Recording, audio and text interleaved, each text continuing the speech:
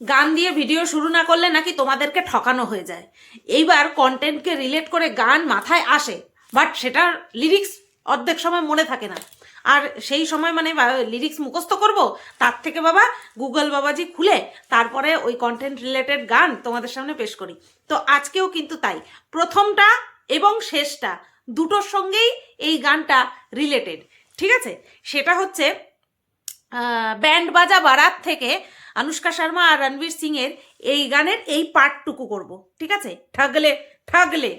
আচ্ছা, लड़कों को लगता है इजी जीत जाना, टन टन टन टन टन टन टन टन, लड़कों को लगता है इजी जीत जाना, इस बार उनको हरा के है दिखाना, बड़ी बड़ी हाके हैं यूं ही हवा फाके हैं, जब भरी खाली है अकले, मुनियानु ठगले ठगले, मुनियानु ठगले ठगले, मुनियानु ठगले ठगले ठगले ठगले ठगले। ঠিক আছে, চলো এইটুকু করে দিলাম। তো গানটার সঙ্গে কিন্তু একেবারে বিশাল ভাবে দুটো টপিকই রিলেটেড। ঠিক আছে, তো হ্যালো বন্ধুরা, কেমন আছো সবাই? আশা করছি তোমরা সবাই ভালো আছো আর আমিও ভালো আছি। প্রত্যেক দিন লিখছে শুধু বা গরম জলের মধ্যে তেজপাতা, লবঙ্গ, তুলসী পাতা সব কিছু ফুটিয়ে খাও। আমি ওই যে দেখছি হয়ে যাচ্ছে। তো যাই হোক, এগুলো বড়াই করে বলার মতন কোনো কিছু না, শুধু বলতে যাচ্ছি যে আমি এমনি ভালো আছি, ওই শুধু একটুখানি অক্ষু খুক্ষু এরকম হবে হবে। ঠিক আছে, তো প্রথমে যেই বিষয়টা আলোচনা করব সেটা হচ্ছে আমার কমেন্ট বক্স।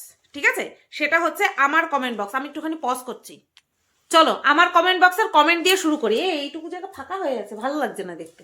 হ্যাঁ, সেটা হচ্ছে বরাবর আমার খুবই প্রিয় তুলিকাদি ভাই, ওই দীপ্ত। আচ্ছা, গানটা ভালো লাগলো, প্রথমে গানটা ভালো লাগলো, আচ্ছা এইটার কথা কেউ বলে না। ওই দীপ্ত যা সাংঘাতিক, ও প্রথম লাইভে থ্রেড দিল মিনার দাদা অটো নিয়ে বেরোয়, ও বন্ধুদের দিয়ে ওই দাদার অনেক ক্ষতি, ওর দাদার অনেক ক্ষতি করতে পারে। তাহলে ভাবো মিনার পিছনে বন্ধুদের লাগিয়ে কত রকমের ক্ষতি করতে পারে। ও আদৌ মুম্বাইতে গেছে নাকি আমরা প্রপারলি জানি না, তাই 1-2 বছর ওর একটু দূরে থাকাটা জরুরি, যেখানে এই দীপ্ত আর কোনো ক্ষতি করার ব্যাপার থাকবে না। আচ্ছা, দিল্লিতে ওর অনেক আত্মীয় আছে বলে ওখানে গেছে, ওর মাস্তুতো দাদা হয়তো দেখবে বলেছে, তাই। যাই হোক, সত্যি ভালোবাসি তোমাকে আর মিনাকেও, জানি আমাদেরকে যে ভালোবাসো সেটা আমি মানে কি বলবো, মন থেকেই বিশ্বাস করি। এইবার বিষয়টা হচ্ছে এই যে যেবে ভারী খালি হ্যাঁ আকলে, তো এই ফোকলা হচ্ছে সেই টাইপের, বুঝতে পেরেছো? এই ফোকলা কোনো ক্ষতি করবে মিনার? প্রশাসন নেই, বলো না তুলিকাদি, প্রশাসন নেই। ও তো এমনি আসামি হয়ে রয়েছে আইনের চোখে, তাই না? বিয়ে ডিভোর্স হয়নি, তার আগেই বিয়ে করে রয়েছে, ও তো এমনি আসামি হয়ে রয়েছে। ওর অত গার্ডস আছে বলে তোমার মনে হয়? কুবুদ্ধি ফলাতে গেলেও গার্ডস লাগে, সেই গার্ডসটুকু ফোকলার নেই গো। ঠিক আছে, আমি যতটুকু মিশেছি তাতে করে ওর ওই যে ওই পেটে পড়লে, লাল জল পড়লে পরে দুটো বুলি আওড়ায়, যেই হুঁশ ফেরে অমনি ভয়ে তাড়াতাড়ি ডিলিট করে দেয়। ওর কোনো রকম কোনো অকাত নেই, সে ভালো তো নেই, খারাপটা করার মতনও নেই। ও শুধু একটাই করতে পারে, চ্যাটিং চ্যাটিং, ও শুধু এইটুকুই করতে পারে। ঠিক আছে, তো আমার কে ক্ষতি করবে তার জন্য আমি এত দূরে গিয়ে পড়ে থাকবো? আর বলছো ওখানটায় ওর অনেক আত্মীয় আছে, এখানে নেই? এখানেও আছে। কিছু কিছু বিষয় আমাদেরকে এমনভাবে বোঝানো হয় না, যেখানে আমাদের বুদ্ধি কাজ করা বন্ধ করে দেয়, শুধুমাত্র ইমোশনস কাজ করতে থাকে। তোমার ক্ষেত্রেও এটা হয়েছে, আমার ক্ষেত্রেও এটা হয়েছিল, বাট আমি বুঝিয়ে নিজেকে ঠিক ডিটাচ করে নিয়েছি। এখনো বলছি না, আগে কোনোদিন ওর কোনো ক্ষতি চেয়েছি, কারোর ক্ষতি চাইনি, এখন তো প্রশ্নই আসে না। ওই শুধু যদি ভিডিও করার মতন কোনো টপিক পাই তাহলেই করি, নতবা ছেড়েই দিই। নয়তো আমি করি নাকি মিনাকে নিয়ে সেরকম একটা ভিডিও? আর এই যে বলে না ক্ষতি করার কথা, ওর দাদার অটো নিয়ে বেরোবে ওর বন্ধুদের, ওর কোনো সাদা কেউ আছে নাকি? ফোকলার কথা বলছি, যে ওর কথা শুনে অন্য কারোর ক্ষতি করবে, ওর এরকম কেউ নেই। উল্টে ওর বন্ধুরাই ওকে মেরেছিল, বুঝতে পেরেছো? ওকে মেরেছিল, ওর বুলেট কুপিয়েছিল। যখন ওই যে বাংলাদেশের যে আরশ যখন এই কথা বলছিল যে তোকে তো মেরেছে, তোকে তো হসপিটালে ভর্তি করে রেখেছে, প্রথম অবস্থায় আমাকে তো সত্যি কথা বলেনি, আমাকেও সত্যি কথা বলেনি, প্রেস্টিজে লাগবে, ঠিক আছে, মান সম্মানের ব্যাপার, আমাকেও প্রথমে বলেনি। তারপরে যখন আরো ওই ভিডিওটা যে হসপিটালে স্ট্রেচারে শুয়ে আছে একটা হাফ প্যান্ট পরে যখন দেখলাম, তখন আমি প্রশ্ন করলাম, তখন গিয়ে স্বীকার করেছে। সুতরাং ওর ওই যে জেবে ভারী খালি হ্যাঁ আকলে হাওয়া ফাঁকা, ওর হাওয়া ফাঁকা, বুঝতে পেরেছো? ওর মানে হাওয়া ফাঁকা মানে কি, হাওয়া ছাড়া আর কিছু নেই। সুতরাং ও কারোর ক্ষতি করতে পারেই না, ওর মুখেই বড় বড় বাতেলা। হ্যাঁ, সোশ্যাল মিডিয়াতে এসে দুটো নোংরা কথা বলতে পারবে, এছাড়া আর কোনো ক্ষতি করতে পারবে না। সেটা এখনো করছে, সেটা এখনো করছে। আমি কোনোভাবেই মিনার এই এত দূরে গিয়ে স্টে করাটাকে সমর্থন করতে পারি না, কোনো দিক থেকে না।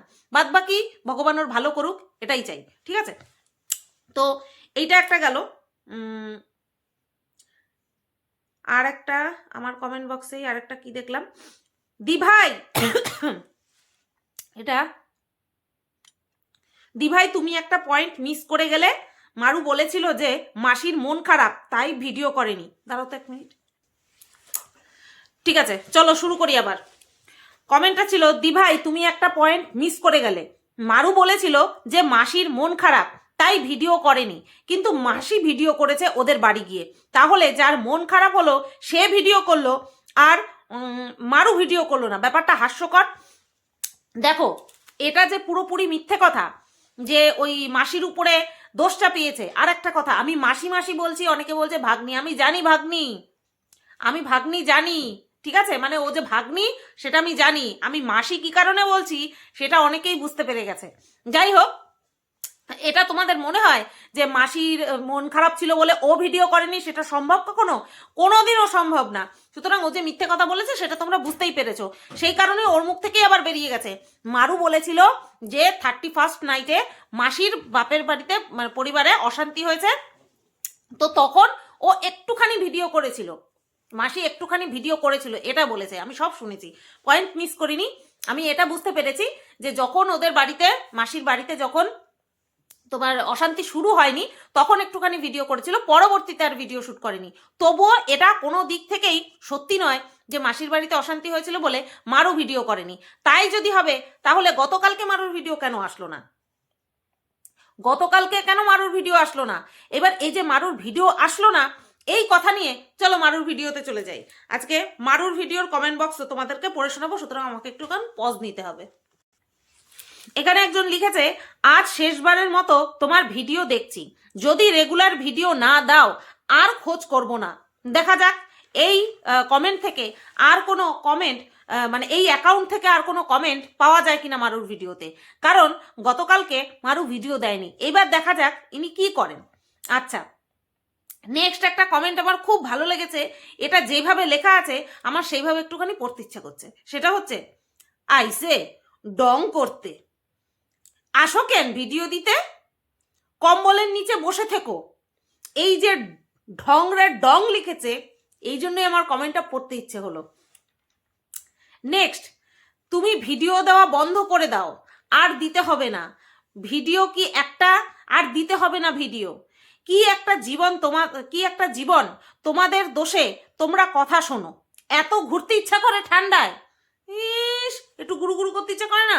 প্রথমবার বিয়ে করেছে না, মানে বিয়ের পর প্রথম বছর, তা একটুখানি তো গুরু গুরু করবেই, ঘোড়ার রসটা মিটবে, একটুখানি যাক, ঠিক আছে, কয়েকটা দিন যাক। তারপরে বলছি, দিদি ভাই বর তো তোমার সঙ্গেই আছে, তবুও মনের মধ্যে এত দুঃখ কিসের? বুঝতে পারছি তুমি কোনো মানসিক অবসাদে ভুগছো, সব ঠিক হয়ে যাবে। নতুন বছরের শুভেচ্ছা জানাই। এক গাদা মানুষের মনের মধ্যে কষ্ট দিয়ে তারপরে কি আনন্দে থাকা যায়? এক গাদা মানুষের মনে কষ্ট দিয়েছে ও, তারপরে কি করে ও ভালো থাকবে, ও মানসিক দিক থেকে ভালো থাকবে বলে এটা তোমাদের মনে হয়? সবাইকে নিয়ে যদি চলা যায় তাহলে গিয়ে মন এমনিই ভালো থাকে। যদি মন ভালো না থাকে, দু পাঁচজন পাশে থাকে, মন ভালো হয়ে যায় অটোমেটিক্যালি। কিন্তু ও তো একা, তো সেই কারণের জন্যই, আর একা হয়েছেও নিজের দোষে। প্রচুর মানুষ ছিল পাশে যারা কিনা প্রত্যেকে শুভাকাঙ্ক্ষী ছিল, তাই না? আচ্ছা, কমেন্ট যখন হচ্ছে কমেন্ট নিয়েই হবে, তো আবার চলে যাই আমি আমার কমেন্ট বক্সে, আর আমাকে এখন পজ নিতে হবে। একজন আমাকে লিখেছে, তুমি অনেক কিছু করেছো গো, দিয়ে 3বার হাসি দিয়েছে। নিজের বানান ভুল লিখেছে। নিজের ঢোল নিজেই পিটায়। তা আমি কি আমার ঢোলটা অন্যের কাছে দিয়ে আসবো নাকি পিটানোর জন্য? ফাটায় দেবে না? আমি আমার ঢোল আমি নিজের মতন করে বাজাবো। কখন জোরে বাজাতে হবে তাও সাবধানে, কখন আস্তে বাজাতে হবে সেটা আমি বুঝবো। আমার ঢোল তো আমিই পিটাবো। তাহলে তুমি বিনা পয়সায় বাজাবা? আসো, কোনো কাজ বিনা পয়সায় হয় না এখনকার দিনে। আচ্ছা, এইবার একটা কমেন্ট আমাকে করা হয়েছে। আমি আগে চন্দনা আন্টির কমেন্টটা পড়ি। দুপুরবেলা আসছে তোমাকে নিয়ে, মানে কে আসছে সেটা তো জানোই, আমার কৃতদাস। তুমি কাউকে ছেড়ে দেবে না। হে খাইছে রে। তুমি চুপ করে থাকাতে সবাই যাতে তোমাকে বলে যাচ্ছে। আচ্ছা, তুমি চুপ করে থাকাতে সবাই তোমাকে বলে যাচ্ছে। এদের উত্তর না দিলে আমি শান্তি পাচ্ছি না। আমার চন্দনা আন্টি শান্তি পাচ্ছে না আমি এদের উত্তর না দিলে। আচ্ছা, এখানটায় একটা কমেন্ট এসেছে, কি ব্যাপার সু, তোমার কৃতদাস তো তোমার পোল খুলে দিল। আচ্ছা, কোন বিষয়? কারণ ওই তো আমি বলেছি আমার পক্ষে দেখা সম্ভব না, ঠিক আছে? অত সময়ও আমার নেই আর ইচ্ছাও নেই। ওই একই কথা নোংরাদের মতন যে আওড়াতে থাকে তার আমার দেখার ইচ্ছা নেই, ঠিক আছে? সেই বিষয়ে কিছু বলো। আচ্ছা, আমার পোল খুলে দিয়েছে। তুমি অ্যান্ড মারু যখন দীঘায় গেছিলে ঠিক তখনই ফোকলাও দুদিনের জন্য নাকি গায়েব হয়ে গেছিল, দিয়ে 3বার হেসেছে। কি বলবে এবার? আচ্ছা, আমি তো দেখি না, আমার দেখার প্রয়োজনও নেই, ঠিক আছে, যে কে কত পোল খুলেছে। আমি তো বলেছি সব সময় ওই চুলের সত্য উদ্ঘাটন, নিজে ক্রিয়েট করে বদনাম করার চেষ্টা, নিজে মেসেজ চ্যাটজিপিটির মাধ্যমে নিজে মেসেজ করবে, তারপরে সেটাকে আমার চরিত্র হননের জন্য দেবে, আর তাতে আমি লাফিয়ে লাফিয়ে উত্তর দিতে যাব না, কখনো না। দর্শক তার উত্তর দিয়ে দিয়েছে যে এটা ক্রিয়েট করা হয়েছে আমাকে বদনাম করার জন্য। আমি তো মানে জানতে পেরে দেখে হাসতে হাসতে খুন যে আমি নাকি সিনেমায় যাওয়ার জন্য বলেছি, অ্যাপ্রোচ করেছিলাম সিনেমায় যাওয়ার জন্য। মানে একটু তো মানে আমার ক্যারেক্টারের সঙ্গে একটু তো মিল রেখে তারপর আমাকে ভাসানোর চেষ্টা করতে পারতো, তাই না? আমার ক্যারেক্টারের সঙ্গে যাই না, যে কিনা আমি এত জায়গায় যেতে পারছি অথচ সিনেমায় যেতে পারছি না, তার জন্য আমার এত দূরে বসবাসকারী আমার কৃতদাসকে ডেকে তারপরে আমাকে সিনেমায় যেতে হবে, তাই না? তাই এগুলো বোকামো ছাড়া আর কি। শুধুমাত্র কন্টেন্ট ক্রিয়েট করার জন্য, তাও ফালতু কন্টেন্ট, তারপরে আমার কাছ থেকে পাত্তা পাওয়ার জন্য, এইগুলো ইচ্ছাকৃত আমাকে হাসানো ছাড়া আর কিছু না। মানে আমাকে হাসিয়েছে। আমি তো কন্টেন্ট দেব কি, আমি যে রিপ্লাইটা দেব একটা যোগ্যত কথা আসতে হবে, তার পরিপ্রেক্ষিতে না আমি রিপ্লাইটা দেব বা কোনো কিছু রাগ দেখাবো বা যাই হোক। এটা তো হাস্যকর ছিল একটা, যে আমি সিনেমা দেখতে যাওয়ার জন্য অ্যাপ্রোচ করেছিলাম, জাস্ট ফালতু। আর কত করবে এরকম নোংরামি, আর কত ষড়যন্ত্র করবে শুধুমাত্র ফালতু কন্টেন্ট ক্রিয়েট করার জন্য? কেউ বিশ্বাস করেছে? কেউ কি তোমরা বিশ্বাস করেছো? কেউ করতেও পারবে না, কারণ আমি এই ধরনের কাজ করবই না।